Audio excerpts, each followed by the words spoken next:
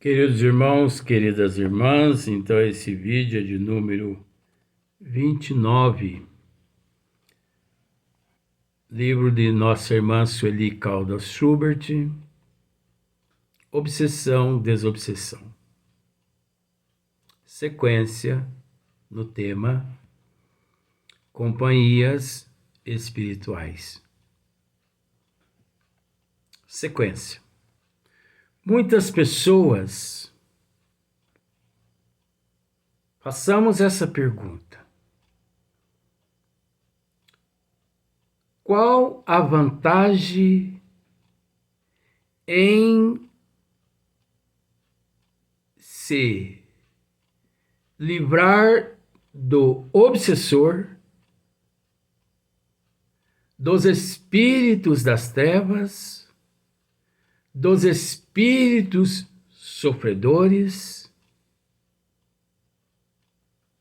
Qual a vantagem em nós nos livrarmos deles sem eles estarem evangelizados? Nenhuma. Não há vantagem nisso. Porque nós precisamos entender que semelhante atrai semelhante. Quantas pessoas recorrem às casas espíritas com o intuito de lá se livrarem dos espíritos sofredores, das trevas e dos obsessores?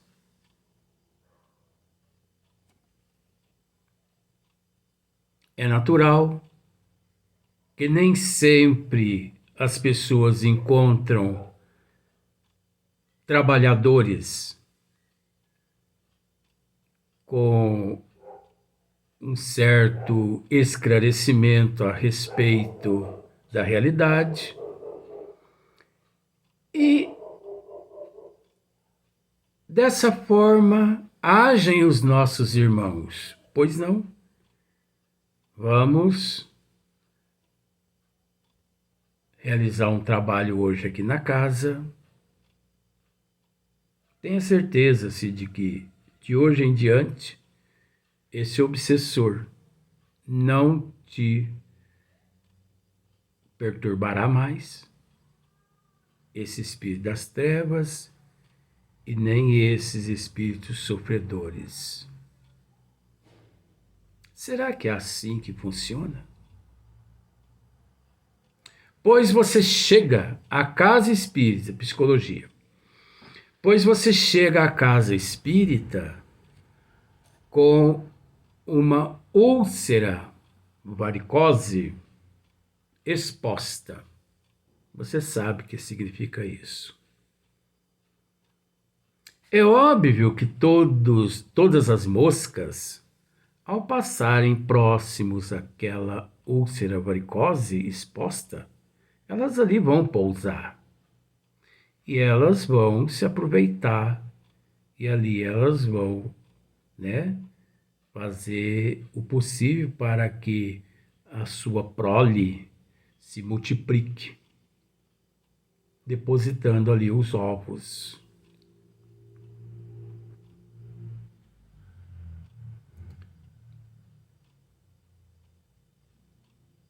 A mesma situação. A pessoa chega à casa espírita sem mérito nenhum, descrente de tudo. Vou lá porque me disseram que resolve. Tanto é que muitas pessoas batem a muitas portas, mas tudo bem. E depois daquele trabalho, vem lá os diretores daquela casa: olha, nós realizamos um trabalho aí para você hoje, pode ficar sossegado, viva a vida. E a pessoa sai. A pessoa chegou à casa sem mérito, A pessoa chegou à casa sem instrução e a pessoa deixa a casa sem mérito, sem instrução, com a úlcera varicose exposta aberta. Ao chegar na rua, outros espíritos se apossam-se dele. Por quê? Vamos por partes. Porque a casa chegou na imoralidade, sem instrução, sem conhecimento, cru de cultura, cru de moral. E deixou a casa do mesmo modo que chegou, cultivando os mesmos vícios, os mesmos desejos, os mesmos sentimentos. Lá na rua, cultivando os mesmos sentimentos, os mesmos desejos, os mesmos hábitos, a mesma imoralidade, ele é visto pelos irmãos sofredores, necessitados, como um imã, onde eles sentem-se atraídos até ele, porque ele possui aquilo que os nossos irmãos necessitam, que são esses ectoplasmas negativos, deletérios. Então, o que adianta se livrar de 3, 4 espíritos na casa espírita hoje, continuando na imoralidade do mesmo jeito amanhã, e contraindo-se mais 3, 4 espíritos necessitados? Depois de amanhã a pessoa retorna à casa espírita, se livra daqueles 3, 4 espíritos, continua na mesma imoralidade, no outro dia contrai. Será que esse é o propósito da doutrina dos espíritos? Se for esse o propósito, Hipólito Leodenzart Rivail errou. Nosso Senhor Jesus Cristo errou. Deus errou. Agora, sabendo todos nós que esses nunca erraram e que o erro encontra-se na humanidade, é natural a necessidade da autoevangelização, porque através da autoevangelização as pessoas adquirem novos hábitos, eles adquirem novas atitudes, muda o caráter, muda a moral. Então, por exemplo, tenho aqui ao meu lado 2 espíritos obsessor, 2 espíritos das trevas, uns 10 espíritos sofredores. Devo ir à casa espírita justamente para que eu possa aprender a lidar com estes nossos irmãos e não para me livrar deles, porque eles não estão ao meu lado por acaso. Semelhante atrai semelhante. Agora, que covarde sou eu que na imprudência os desrespeitei, na arrogância os desrespeitei,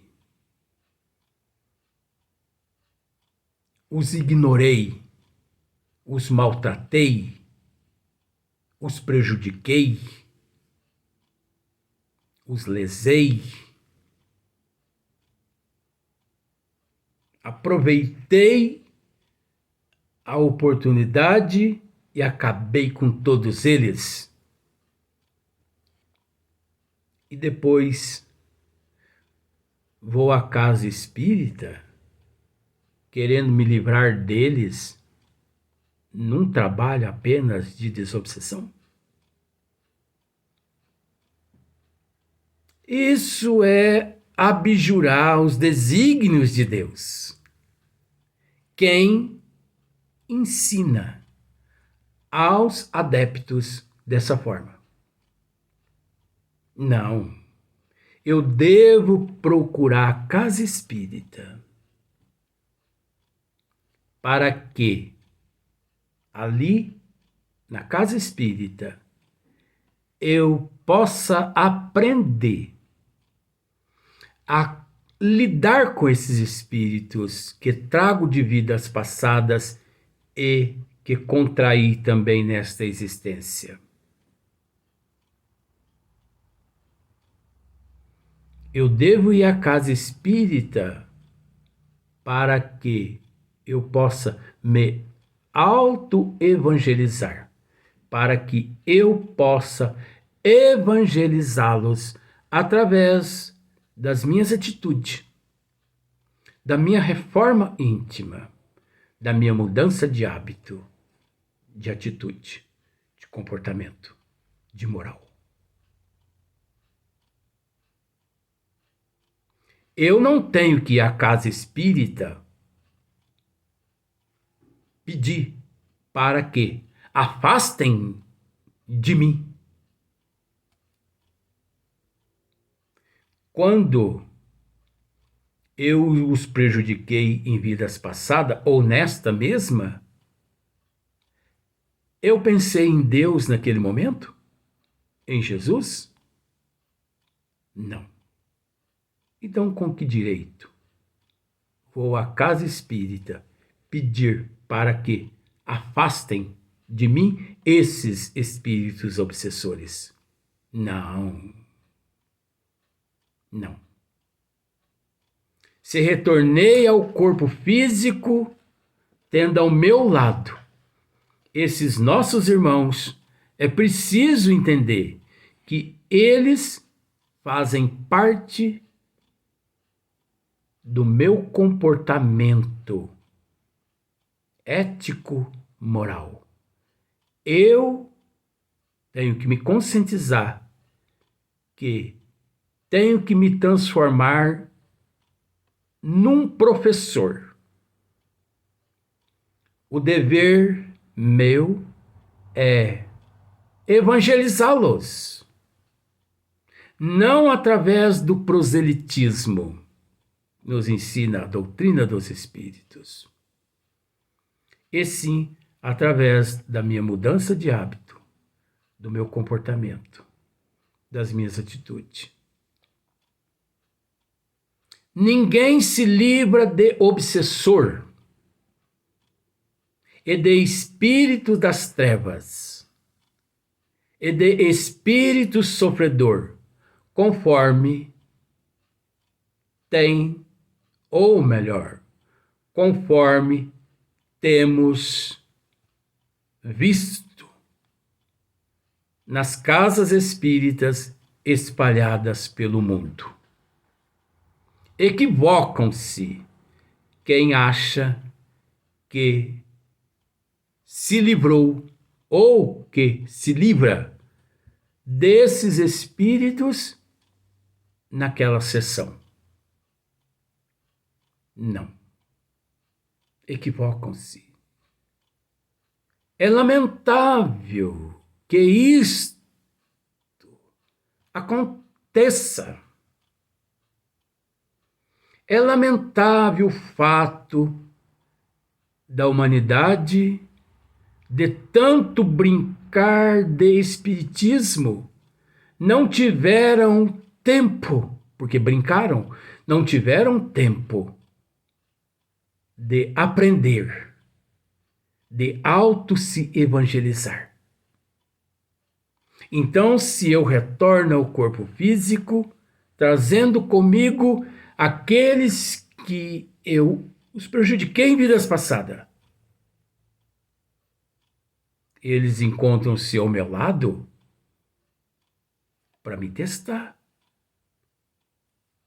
Eu devo buscar orientações para aprender como me evangelizar, para que eu possa auto-evangelizá-los, tendo para com eles paciência, resignação, aceitação, humildade. Caso contrário, eles não retornariam junto a mim.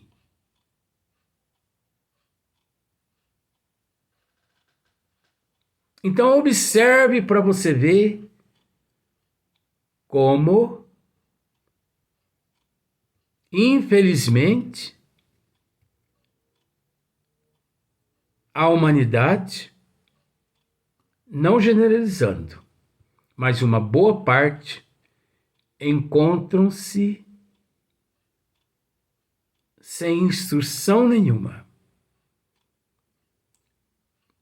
totalmente distorcidas as informações. Eu devo evangelizar aquele obsessor. Eu devo aprender com a doutrina dos espíritos a ter paciência com ele ali ao meu lado. Eu aprendo com a doutrina dos espíritos a me resignar, a aceitá-lo. Por isso eu devo orar, eu devo vigiar os meus pensamentos, policiar os meus pensamentos, as minhas atitudes. Eu me evangelizo, eu cresço. Ao mesmo tempo, eu evangelizo, eu contribuo para com o crescimento, para com a evangelização daqueles que eu os prejudiquei. Os obsessores encontram-se sob a responsabilidade dos obsidiados, o dever da autoevangelização, e não da casa espírita. Na casa espírita, o obsidiado deve comparecer para receber esclarecimento de como atuar mediante aquelas situações. Porque nunca que nos livramos do obsessor que não seja convivendo com ele, provando a ele que nós melhoramos, que nós optamos por uma outra vida melhor. Nunca que nos livramos do obsessor, a não ser provando a ele a nossa reforma íntima, a nossa transformação moral. Essa transformação íntima é o mesmo que no coração dele esse sentimento ele passa a ter de oportunidade nos oferecendo de reparar o erro que para com ele cometemos, que para com ele temos. Essa nossa reforma íntima é o mesmo que perdoe-me, dai-me oportunidade para que eu possa reparar o que cometi contra você. Dai-me oportunidade. Fique ao meu lado. Vamos trabalhar juntos. Eu sei que você não confia em mim porque eu te prejudiquei. Te peço perdão. Me dê a oportunidade de me redimir perante a minha consciência, perante a você. Dai-me a oportunidade. Fique do meu lado. Você vai perceber que farei o possível e o impossível para continuar no caminho. Se você perceber que eu fujo, ataque-me. É seu direito. Eu te prejudiquei, é teu direito me atacar. Como também é meu direito te pedir. Dai-me oportunidade de te provar que sou capaz de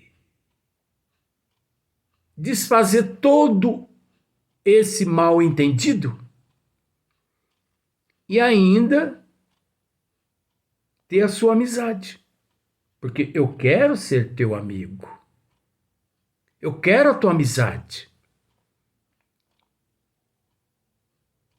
Hoje eu sei que você conversando com o teu obsessor, hoje eu sei que eu não deixarei esse plano sabendo que você existe e que ficou para trás. Enquanto nós não quitarmos o último ceitil, não deixaremos para trás. Então, observe para você ver. 20, 30, 40, 50, 60, 80 anos. Pode ter certeza que depois de uns 20, 30 anos você trabalhando no caminho do bem, tendo ali aquele nosso irmão obsessor te perturbando, mas você sabendo como lidar com ele e com aquela pleia de espíritos sofredores que você mesmo angariou, uma hora eles se entregam. Eles auto-se-evangelizam. Eles dão tempo. Eles passam a ver que realmente você não está de brincadeira.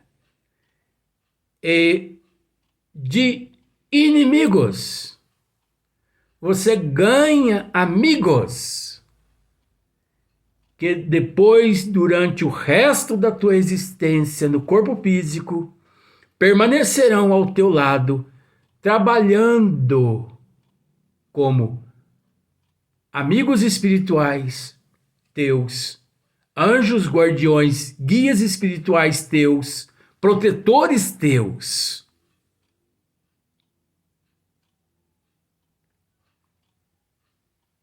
Agora eu te faço essa pergunta. É certo? Com todo respeito. É certo e isso ocorre mesmo de verdade quando a pessoa chega numa casa espírita, num trabalho de obsessão, pedindo para se livrar dos obsessores que o atazana, que o perturba e que depois o presidente vem e diz: você já está livre desses obsessores, já foram encaminhados. Encaminhados para onde? Para onde? Se eles estão presos a você porque você os prejudicou, é um problema teu. Aquilo ali não é problema da casa espírita. Dever da casa espírita é orientar a pessoa a lidar com a situação. E lidar com a situação não é realizando o trabalho de desobsessão para que o espírito se afaste de você. O muito nos trabalhos de desobsessão, esses espíritos obsessores podem sim se manifestar para que os intermediantes, que são os responsáveis pela doutrinação, vamos usar esse termo, ali possam gradativamente ir conversando com aquele obsessor. Mas esse trabalho de desobsessão na casa espírita leva-se anos e mais anos. Atendentes, não pense que você convenceu um obsessor em 1, 2, 3 trabalhos de desobsessão, que não. Você não os convenceu. Eles que te convenceram. Por isso, quem saiu enganado não foi o espírito, e sim aquele que achou que havia convencido o espírito.